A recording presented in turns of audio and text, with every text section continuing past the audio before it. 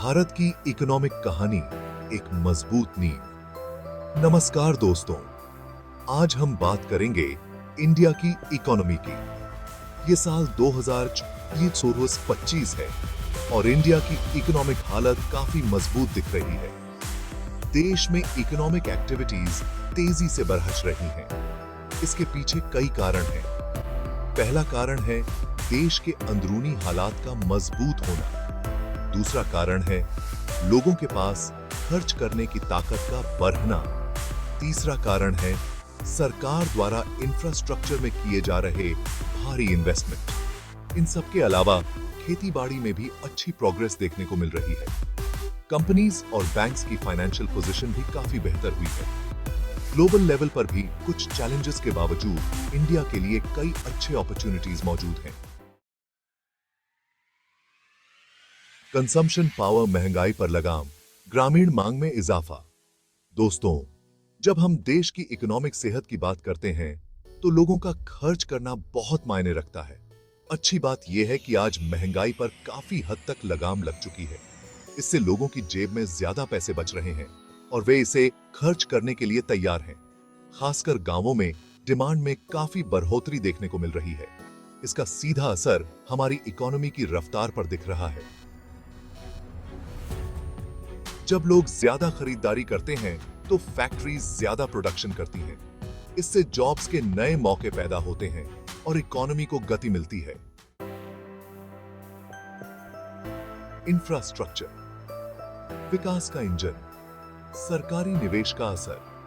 किसी भी देश के विकास के लिए सड़कें, बिजली, पानी जैसी बुनियादी सुविधाओं का होना बहुत जरूरी है। इसे ही इंफ्रास्ट्रक्चर कहते हैं। मोदी सरकार ने इंफ्रास्ट्रक्चर के विकास को सबसे ज्यादा इंपॉर्टेंस दी है। सरकार द्वारा सड़कों, रेलवे, हवाई अड्डों और बंदरगाहों के निर्माण पर बहुत ज्यादा इन्वेस्टमेंट किया जा रहा है। इससे न केवल लोगों को आने जाने में सुविधा हो रही है, बल्कि नए उद्योग लगाने के लिए भी रास्ता खुल रहा है। ये इन्वेस्टमेंट आने वाले समय में इंडिया की इकोनॉमी को और मजबूती प्रदान करेगा। सेक्शन 4, मजबूत स्तंभ, खेतीबाड़ी, कॉर्पोरेट और बैंकिंग सेक्टर्स का योगदान। दोस्तों, इंडिया एक कृषि प्रधान देश है। खेतीबाड़ी में हो रही प्रोग्रेस हमारे लिए बहुत उत्साहजनक है। इसके साथ ही कॉर्पोरेट वर्ल्ड भी बेहतर प्रदर्शन कर रहा है। कंपनीज के प्रॉफिट में बढ़ोतरी हुई है और वे नए इन्वेस्टमेंट के लिए तैयार हैं। बैंक्स की फाइनेंशियल स्थिति भी काफी मजबूत हुई है। वे अब पहले से ज्यादा लोन देने की स्थिति में हैं। ये लोन नए बिजनेसेस को शुरू करने और पुराने बिजनेसेस को बढ़ाने में मदद करेगा। सेक्शन 5, ग्लोबल पर्सपेक्टिव, चुनौतियां और अवसर।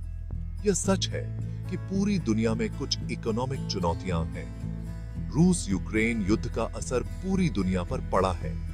महंगाई, सप्लाई चेन में रुकावट जैसी परेशानियां कई देशों को परेशान कर रही हैं। लेकिन इन सब के बावजूद इंडिया के लिए कई अच्छे अपॉर्चुनिटीज भी हैं। दुनिया भर के इन्वेस्टर्स इंडिया को एक स्टेबल और तेजी से बढ़ती इकोनॉमी के रूप में देख रहे हैं। हमें इन अपॉर्चुनिटीज का पूरा फायदा उठाना होगा।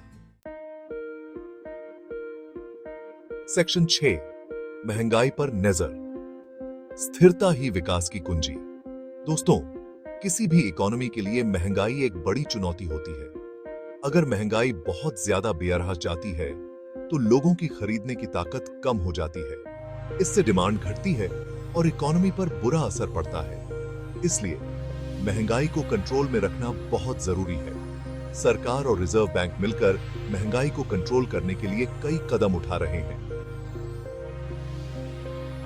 हमें विश्वास है कि आने वाले समय में महंगाई कम होगी और इंडिया ऊंची और लगातार इकोनॉमिक ग्रोथ रेट हासिल करने में कामयाब होगा।